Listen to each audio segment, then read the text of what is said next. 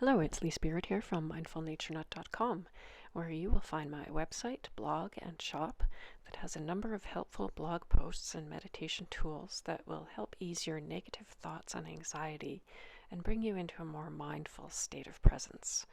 Please check that out after you do this meditation and grab my free Natural Mind Healing Report.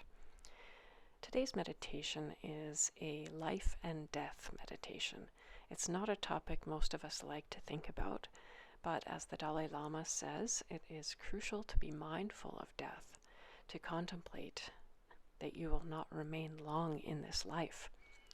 If you are not aware of death, you will fail to take advantage of this special human life that you have already attained. Our lives could end at any moment. Did you notice your reaction to that thought? It's one we shudder to think about. Never mind the fact that we will one day lose the people we love. How do most of us deal with this truth most of the time? We think that's the kind of thing that happens to other people, not me. Or we simply stick our heads in the sand and don't think about it at all. It's been said that the point of meditation is to prepare us for death. Gabor Mate said, when people are facing death, they come up against the truth of their lives. If you can face death, you can face life. Bhutan is known as one of the happiest countries on earth. They attribute this happiness, at least partly, to a practice of thinking about death 5 times per day. It was the acknowledgement of old age, sickness, and death that spurred Siddhartha Gautama, also known as the Buddha, to seek enlightenment. He said, "Of all the footprints, that of the elephant is supreme. Similarly, of all mindfulness meditations, that on death is supreme."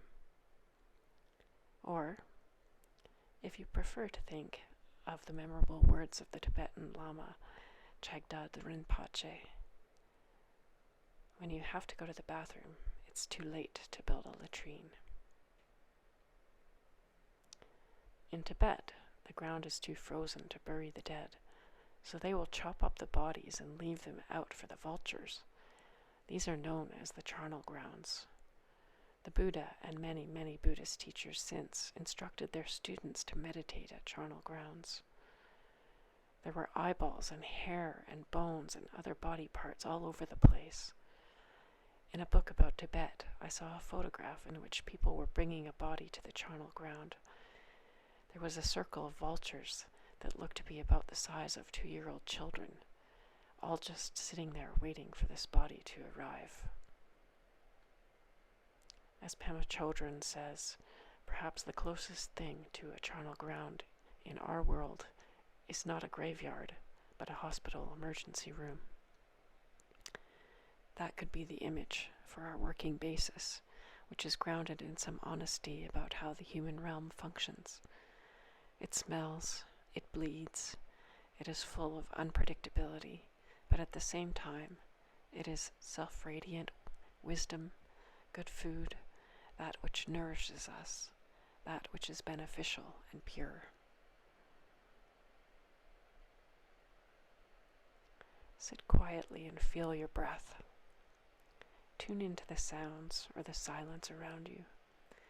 Notice any smells. Note the shapes and the colors around you. Settle into the feeling of your body. See if there's any discomfort or thoughts. Notice any places you feel stuck or emotions. If it's helpful, simply notice one breath at a time. Look down at your body and recognize that there will be a point in time when it no longer exists. Allow this recognition to be there for a few minutes. Notice what feelings arise from this understanding and allow them to be there, but stay anchored in the impermanence of you who is alive right now.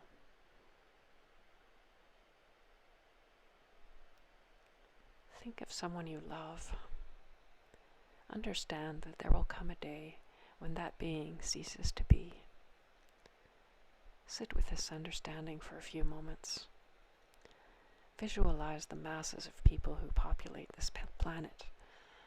Consider the fact that each one of them will die one day too.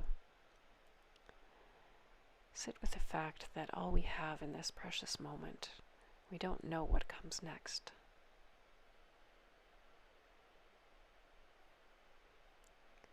Let your eyes open. Take a few minutes to reflect, either by writing or just by thinking on what you noticed about your response to the reality of death.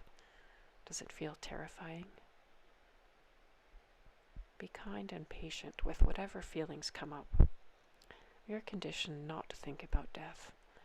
It can be a big adjustment to start doing so, and a very precious one. When faced with the reality of death, what seems important? Consider how you can use this knowledge in your everyday life.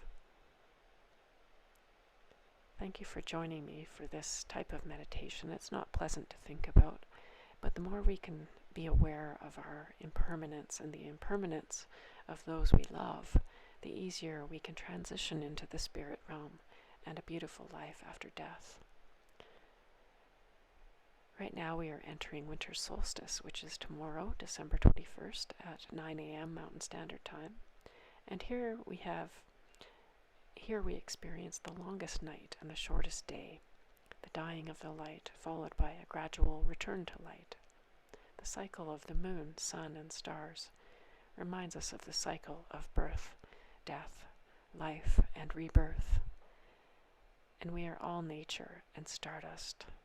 So keep this in mind as you meditate and in your waking life. I forgot to mention this meditation was taken out in Bragg Creek along a snowshoe that I did this past weekend. Many blessings, and if you found this meditation beneficial, please hit subscribe to be notified of each new video that comes out weekly. Namaste, which means the divine light in me bows to the divine light in you. We are all light.